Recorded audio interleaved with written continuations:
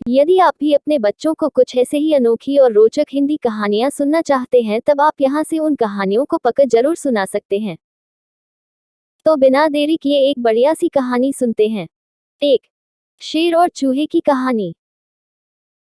एक बार की बात है, जब एक शेर जंगल में सो रहा था। उस समय एक चूहा उसके शरीर में उछल कूद करने लगा अपने मनोरंजन के लिए।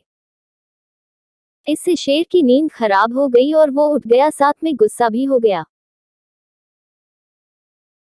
वही फिर वो जैसे ही चूहे को खाने को हुआ, तब चूहे ने उससे विनती करी कि उसे वो आजाद कर दे, और वो उसे कसम देता है कि कभी यदि उसकी जरूरत पड़े तब वो जरूर से शेर की मदद के लिए आएगा।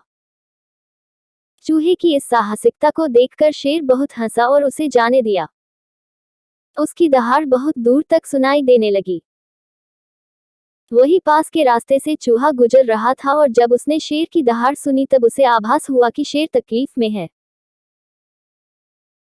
जैसे ही चूहा शेर के पास पहुंचा, वो तुरंत अपनी पैनी दांतों से जाल को कुतरने लगा, और जिससे शेर कुछ देर में आजाद भी हो गया और उसने चूहे को धन्यवाद दी।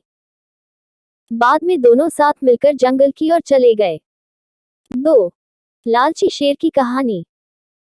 गर्मी के एक दिन में जंगल के एक शेर को बहुत जोरों से भूख लगी। इसलिए वो इधर उधर खाने की तलाश करने लगा।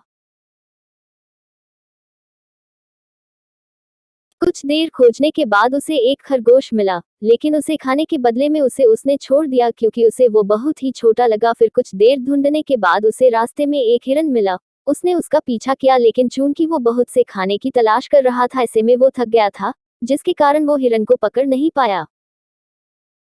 अब जब उसे कुछ भी खाने को नहीं मिला, तब वो वापस उस खरगोश को खाने के विषय में सोचा। वही जब वो वापस उसी स्थान में आया था, उसे वहां पर कोई भी खरगोश नहीं मिला, क्योंकि वो वहां से जा चुका था। अब शेर काफी दुखी हुआ और बहुत दिनों तक उसे भूखा ही रहना पड़ा। सीख।